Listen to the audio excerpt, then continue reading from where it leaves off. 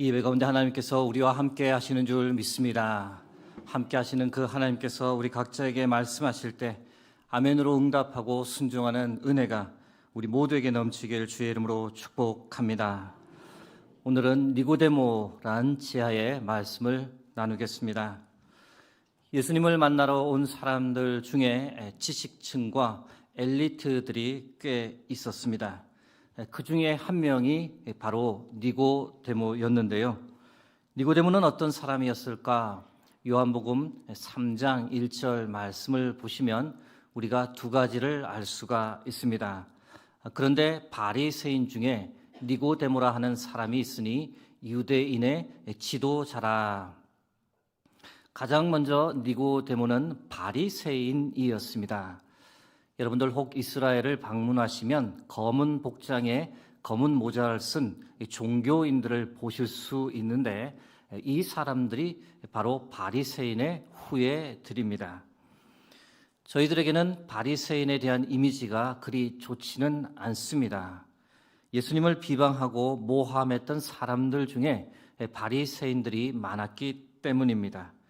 초대교회 성도를 핍박했던 사람들 중에 바리새인들이 많았습니다. 그러나 유대교의 입장에서 보면 바리새인들은 아주 훌륭한 사람들입니다. 유대교의 순수성을 유지하기 위해 특별한 종교적 열심을 가졌던 사람입니다. 말씀을 준수하고 율법을 준수하기에 힘을 다 쏟았던 사람들이었습니다. 모세오경에 기록된 율법뿐만이 아니라 구전으로 조상들을 통해서 내려오던 율법들까지 장로들의 전통이라고 하는데 그것까지 참 열심히 지켰던 사람입니다. 그 예로 마태복음 15장 1절에서 2절 말씀을 들 수 있습니다. 그때의 바리새인과 서기관들이 예루살렘으로부터 예수께 나와 이르되 당신의 제자들이 어찌하여 장로들의 전통을 범하니까 떡 먹을 때에 손을 씻지 아니하나이다. 이 떡을 먹는 문화가 아니기 때문에 빵이라고 번역하는 것이 더 좋겠습니다. 빵 먹을 때 손을 씻는다. 이 모세오경에는 없는 내용입니다. 구전으로 내려오는 이 장로들의 전통에 있는 율법 중 하나인 거죠. 이처럼 바리새인들은 모세오경의 율법뿐만 아니라 장로들의 전통까지 철저히 지켰던 종교적으로 열심히 참 대단한 사람들이었습니다. 또한 니고데모는 유대인의 지도자였다라고 성경이 말합니다. 이 표현이 다소 막연한데 많은 학자들은 니고데모가 이 사내들인의 멤버였다라고 주장합니다. 사내들인은 성경에는 공회라고 언급되어 있는데 유대인의 최고 의결 기관이며 동시에 최고 재판소였습니다. 행정권, 입법권, 사법권을 동시에 다 가진 최고 기관이었는데 요세푸스의 기록에 의하면 대제사장을 의장으로 하고 70명의 사람들로 구성되었습니다. 그 중에는 사두개파, 장로들, 그리고 바리새파에서 뽑힌 가장 유력한 70인들로 구성되었던 거죠. 예수님을 죽이기로 최종 결정을 한 기관도 바로 이 사내들인 공회였습니다. 마가복음 15장 1절 말씀입니다. 새벽에 대제사장들이 즉시 장로들과 서기관들 곧 온 공회와 더불어 의논하고 예수를 결박하여 끌고 가서 빌라도에게 넘겨주니. 성경에는 니고데모가 이 공회원의 멤버였다라고 하는 직접적인 기록은 없습니다. 그러나 오늘 설교를 듣고 나면 공회원 중 한 명이었다라고 하는 것에 확신이 드실 겁니다. 니고데모가 어떤 사람이었는지를 보여주는 또 다른 본문이 하나 더 있습니다. 니고데모는 이스라엘의 선생이었다라는 겁니다. 요한복음 3장 10절 말씀입니다. 예수께서 그에게 대답하여 이르시되 너는 이스라엘의 선생으로서 이러한 것들을 알지 못하느냐. 니고데모가 이스라엘의 선생으로 무엇을 가르쳤을까요? 율법을 가르쳤을 확률이 높습니다. 또는 유대 역사, 정치를 가르쳤을 가능성도 배제할 수는 없습니다. 즉 다른 사람에게 인생의 어떤 답을 제시할 수 있는 뛰어난 학자였다는 겁니다. 오늘날로 비유한다면 니고데모를 어떻게 비유할 수 있을까요? 법대 출신의 국회의원이면서 동시에 대학 강단에서 강의하는 교수에 비유할 수 있을 것 같습니다. 물론 우리나라에서는 국회의원이 되면 교수직을 내려놓아야 하지만 예수님 당시에는 충분히 가능했을 겁니다. 여러분, 이 정도면 뭐 다 가진 사람이라고 표현해도 됩니다. 거기다 부자였습니다. 금상첨화였던 거죠. 그런데 모든 것을 다 가진 사람, 아무런 부족함도 없어 보이는 니고데모가 예수님을 찾아왔습니다. 이유가 무엇이었을까요? 이유는 간단합니다. 신앙의 갈증을 강하게 느꼈기 때문입니다. 여러분, 니고데모가 예수님을 어떻게 알게 되었을까? 니고데모는 예수님보다 먼저 세례 요한에 대한 소문을 들었을 겁니다. 요단 강가에서 회개의 세례를 베풀며 하나님의 심판이 임박했다라고 주장하는 그 세례 요한의 이야기를 들었습니다. 그러다가 곧 이어서 나사렛 예수님에 관한 소문도 듣게 되었던 거죠. 세례 요한조차 그분의 신들매를 풀기도 감당치 못한다라는 이야기, 하나님께서 직접 보내신 사람이라는 소문을 들었습니다.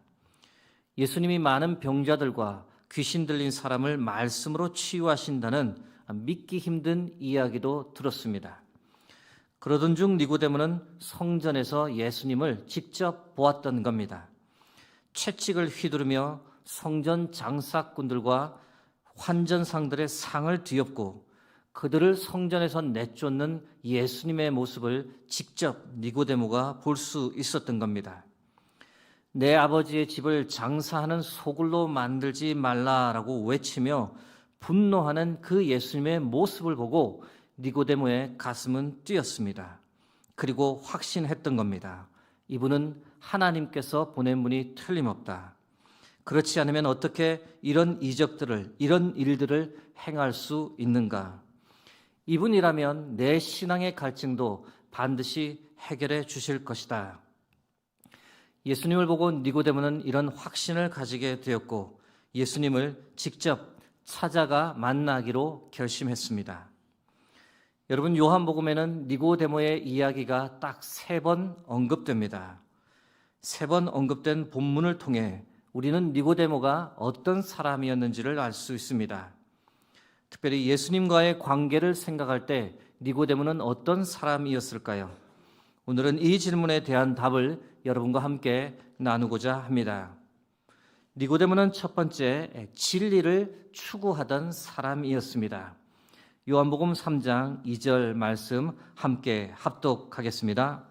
그가 밤에 예수께 와서 이르되 라삐여, 우리가 당신은 하나님께로부터 오신 선생인 줄 아나이다. 하나님이 함께 하시지 아니하시면 당신이 행하시는 이 표적을 아무도 할 수 없음이니이다. 아멘. 여러분, 누군가를 찾아간다, 어떤 장소를 방문한다, 이것이 무슨 뜻이겠습니까? 갈망이나 열정이 있기 때문에 찾아갑니다. 사람들이 몇 시간을 마다하지 않고 맛집을 찾아갑니다. 유명한 곳이라고 비행기를 타고 가 유명 관광지를 방문합니다. 여러분, 찾아간다라는 이 행위는 간절함과 열망이 있기 때문에 나오는 행동입니다. 그런데 여러분, 혹시 무엇인가가 너무 알고 싶어서 누군가를 찾아가 보신 적이 있습니까? 니고데모는 당시 심각한 신앙의 질문을 하나 가지고 있었습니다. 그것이 과연 무엇이었을까요? 니고데모의 신앙적 갈등, 이 진리에 대한 갈증이 과연 무엇이었을까요? 저는 이 질문에 대한 답을 예수님의 말씀 속에서 찾게 되었습니다. 예수님 당시 예루살렘 성전은 심각하게 타락해 있었습니다. 하나님의 영광으로 가득 차야 할 성전이 하나님 대신 물질적인 풍요와 부를 갈망하는 탐욕, 즉 만몬이 가득했습니다. 6월절 절기 때마다 순례객의 주머니를 노리는 장사꾼들이 이 성전에 득실되었습니다. 산헤드림 멤버들 대부분도 성전을 통해 부를 쌓고 있었습니다. 다시 말씀드려 성전과 예루살렘은 총체적으로 타락해 있었습니다. 니고데모는 이 현상을 보며 이것은 아니다라는 생각을 가졌던 거죠. 그런데 자신 혼자 할 수 있는 일이 많지 않으니 깊은 절망감과 좌절감에 빠져 하루하루를 살았습니다. 니고데모가 가장 궁금해했던 것이 무엇이었을까요? 구원에 관한 문제였습니다. 과연 유대인들은 하나님께서 택하신 백성이라는 이유만으로 이렇게 타락해도 구원을 받을 수 있는 것인가? 유대인이라고 할례를 받았다고 율법을 소유했다고 무조건 구원을 받는 것인가? 이것이 하나님의 뜻인가? 하나님의 나라가 정말 이런 자들의 것인가? 니고데모는 유대인의 구원 문제에 관해 깊은 의구심을 가졌습니다. 하지만 그 의구심을 누구에게도 털어놓을 수가 없었던 거죠. 그렇게 되면 틀림없이 자신이 이단자로 찍히게 되고 유대인 사회에서 변절자로 몰릴 것이 너무도 자명했기 때문이었습니다. 그런 신앙의 갈증을 느끼는 니고데모, 자신의 그 갈증을 해결해 주실 수 있는 분이 바로 예수님이라고 확신했던 겁니다.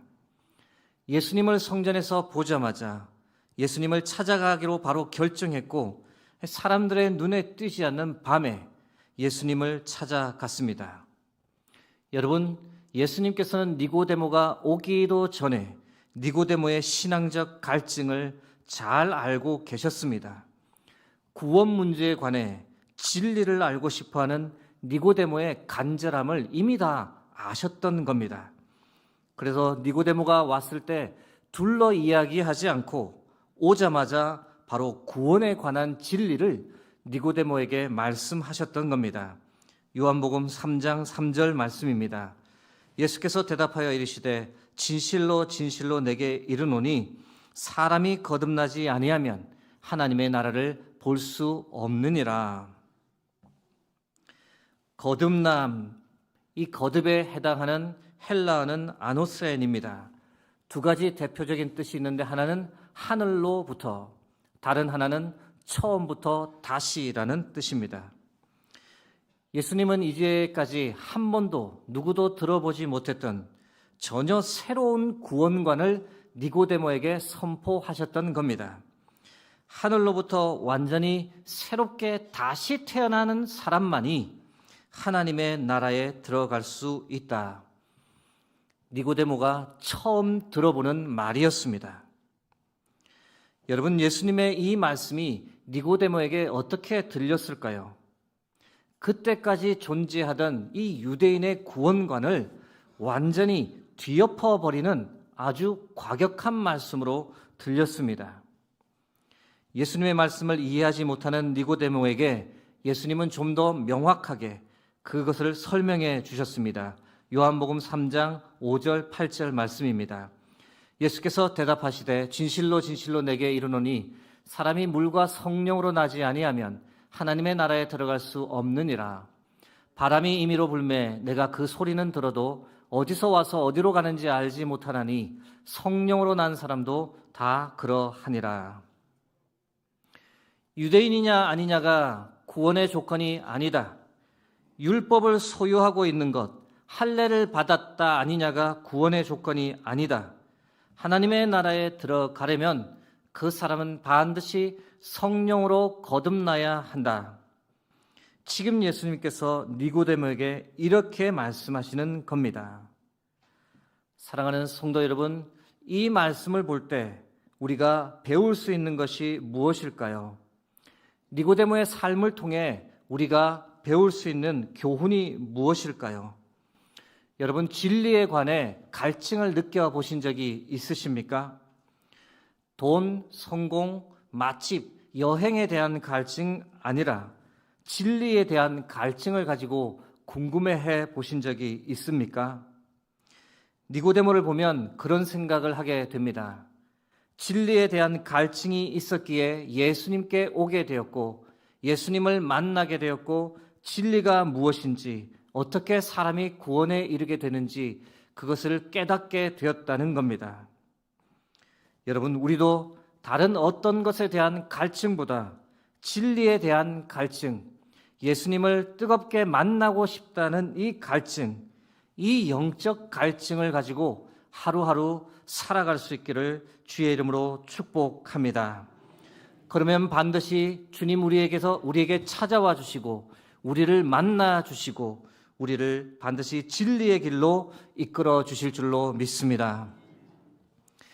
예수님과의 관계를 생각할 때 니고데모는 어떤 사람이었는가? 두 번째, 니고데모는 예수님의 옹호자였습니다. 니고데모에 관해 두 번째로 언급되는 본문은 요한복음 7장 50절에서 52절 말씀입니다. 함께 합독하겠습니다. 그 중에 한 사람 곧 전에 예수께 왔던 니고데모가 그들에게 말하되 우리 율법은 사람의 말을 듣고 그 행한 것을 알기 전에 심판하느냐. 그들이 대답하여 이르되 너도 갈릴리에서 왔느냐. 찾아보라, 갈릴리에서는 선지자가 나지 못하느니라 하였더라. 아멘. 이 본문의 배경 간단하게 설명드리면 이렇습니다. 초막절이 되었고 예수님께서 예루살렘에 올라오셨습니다. 많은 사람들은 예수님을 그리스도로 메시아로 믿고 있었는데 그러나 대부분의 공회원들은 예수님을 거부했습니다. 사람들이 예수님을 따르는 것에 불쾌감을 감추지 못했고 예수님을 죽이기로 결정했습니다. 그래서 예수님을 잡아오라고 사람을 보냈는데 오히려 그들이 예수님의 말씀에 큰 은혜를 받고 돌아왔던 겁니다. 공회원들은 흥분하며 예수를 믿어서는 안 된다.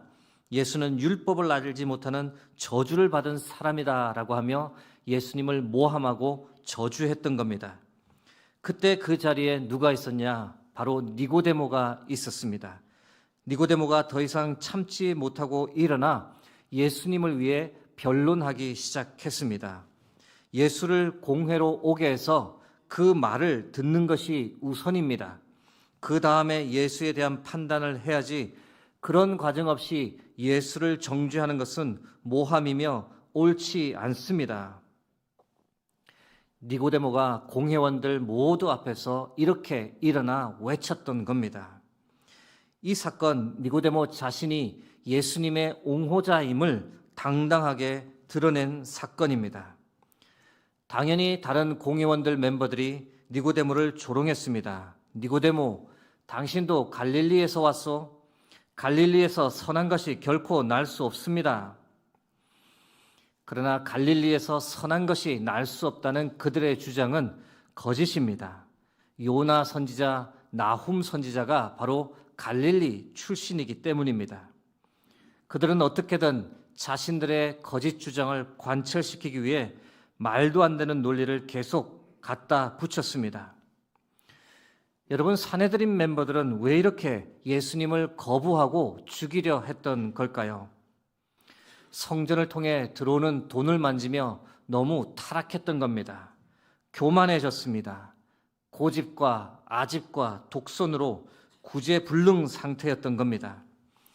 예수님은 그런 그들을 회칠한 무덤이라고 비유할 정도로 그들은 썩어 있었습니다. 예수님께서 행하시는 많은 기적을 가까이에서 보고도 그것을 거부했습니다. 급기야 예수님을 죽이려는 계획까지 세웠던 겁니다. 반면 니고데모는 그들과 달랐습니다. 전에는 단순한 진리 추구자였는데 이제는 예수님의 옹호자가 되었습니다. 밤에 몰래 예수님을 찾아갔던 니고데모는 온데간데 없고 모든 공회원들 앞에서 예수님을 공개적으로 변론했습니다. 예수님을 위해 일어서는 것을 두려워하지 않았습니다. 사내들인 공회원들이 어떻게 반응할지 충분히 예상했지만 니고데모는 그들을 두려워하지 않았습니다. 사랑하는 성도 여러분, 여기서 또 우리가 배울 수 있는 교훈이 무엇일까요? 하나는 우리가 사내들인 공회원들처럼 타락한 종교인이 되어서는 안 됩니다. 겉으로는 하나님을 믿는다라고 하지만 속으로는 고집과 아집, 교만함, 악함으로 가득 차 있는 종교인처럼 살아서는 안 됩니다. 여러분, 교회 생활 오래 할수록 조심해야 합니다. 교회에서 남들보다 더 헌신할수록 조심해야 합니다. 교회 직분 맡을수록 교만하지 않도록 더 조심하고 또 조심해야 합니다. 신앙생활 정말 정신 차리지 않으면 순식간에 우리가 주님의 편이 아니라 주님의 반대편에 서게 되는 경우가 허다합니다. 늘 두려운 마음을 가지고 겸손 또 겸손해야 합니다. 우리 모두는 대신 니고데모처럼 살아갈 수 있길 주의 이름으로 축복합니다. 언제라도 주를 위해, 진리를 위해 예수님을 옹호해야 하는 순간이 오게 되면 두려워하지 않고 니고데모처럼 일어설 수 있기를 바랍니다. 필요한 순간에 주저하지 않고 예수에 관해 담대하게 말할 수 있기를 소망합니다. 사랑하는 성도 여러분, 우리 모두가 니고데모처럼 예수의 옹호자로 이 땅에서 당당하게 살아갈 수 있기를 주의 이름으로 축복합니다. 예수님과의 관계를 생각할 때 니고데모는 어떤 사람이었을까? 마지막 예수님을 사랑한 사람이었습니다. 니고데모가 언급되는 세 번째 본문 요한복음 19장 38절에서 40절 말씀 함께 합독하겠습니다. 아리마대 사람 요셉은 예수의 제자이나 유대인이 두려워 그것을 숨기더니 이 일 후에 빌라도에게 예수의 시체를 가져가기를 구하매 빌라도가 허락하는지라 이에 가서 예수의 시체를 가져가니라. 일찍이 예수께 밤에 찾아왔던 니고데모도 모략과 침향 섞은 것을 100리트라쯤 가지고 온지라. 이에 예수의 시체를 가져다가 유대인의 장례 법대로 그 향품과 함께 세마포로 쌌더라. 예수님께서 십자가에 못 박혀 돌아가신 후 산헤드린 공회원 2명이 총독 빌라도에게 와서 예수님의 시신을 달라고 요청했습니다. 한 명은 아리마대 사람 요셉이었고 다른 한 명은 니고데모였습니다. 여러분, 예수님의 시신을 달라고 요청하는 것이 그렇게 간단한 문제였을까요?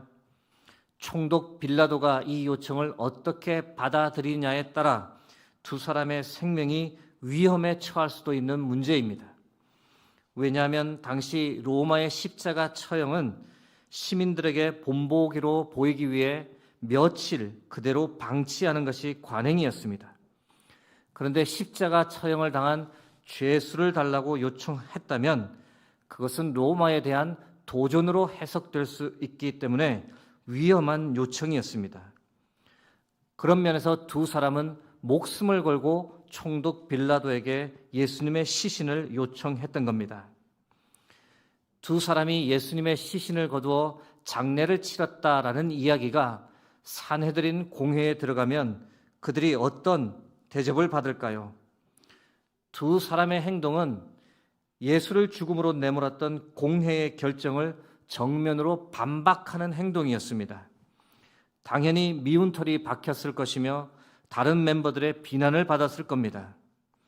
이후 예수 믿는 자들에 대한 핍박이 시작되었을 때 두 사람도 이 핍박의 타켓이 되었을 것을 충분히 예상할 수 있습니다. 그러나 아리마대 사람 요셉, 니고데모는 이 모든 일을 미리 예측했지만 결코 개의치 않았습니다. 왜냐하면 주님을 사랑하는 마음이 더 컸기 때문입니다. 생각해보면 예수님의 12 제자들보다 더 신실하고 훌륭한 믿음의 사람들입니다. 예수님의 12 제자들은 어디로 도망갔는지 보이지도 않는데 십자가에 달리신 예수님 곁을 끝까지 지켜보았던 사람, 그리고 정성을 다해 예수님의 장례를 치렀던 사람은 12 제자가 아니라 바로 아리마대 사람 요셉과 니고데모였습니다. 특별히 니고데모는 예수님을 위해 모략과 침향 섞은 것을 100리트라쯤 가지고 왔습니다. 약 34kg에 해당하는 무게입니다. 예수님의 몸이 최대한 고귀하게 보존되기를 바라는 마음으로 부패되지 않도록 방부 처리를 했던 겁니다. 이 정도의 양은 왕을 장사 지낼 때 사용했던 그 정도의 버금가는 양이었습니다.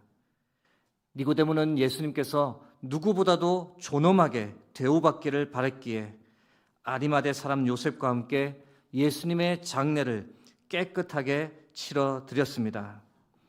여러분, 예수님을 향한 니고데모의 사랑의 깊이를 알 수 있는 장면입니다. 자신의 직위, 사회적 명성, 돈과 권력보다 예수님을 더 사랑했다는 증거입니다. 모든 것을 다 잃을지라도 예수님을 잘 보내드리려 했던 그의 진심을 읽을 수 있는 대목입니다. 참 대단한 믿음의 사람입니다. 진리를 추구하던 사람에서 예수님의 옹호자가 되었습니다. 예수님의 옹호자에서 이제는 예수님을 누구보다 사랑하는 사람이 되었던 겁니다. 이제 말씀을 맺고자 합니다. 니고데모의 이야기는 성경에 더 이상 없습니다. 그래서 우리는 초기 기독교 전승에 근거해 니고데모가 이후 어떻게 살았는지를 추측할 수밖에 없는데요. 어떤 자료에 의하면 결국 니고데모는 바리새인으로서의 지위를 잃고 산에 들인해서 쫓겨나고 예루살렘에서 추방당했다라고 전해집니다. 니고데모 복음서라는 외경이 있습니다. 주후 4세기에 지어진 것인데 이 외경에 의하면 니고데모는 로마 총독에 의해 투옥되었다가 이후 천사 가말리엘에 의해 구출되었다라는 내용이 있습니다. 여러분, 니고데모가 이후 어떠한 삶을 살아갔을까요?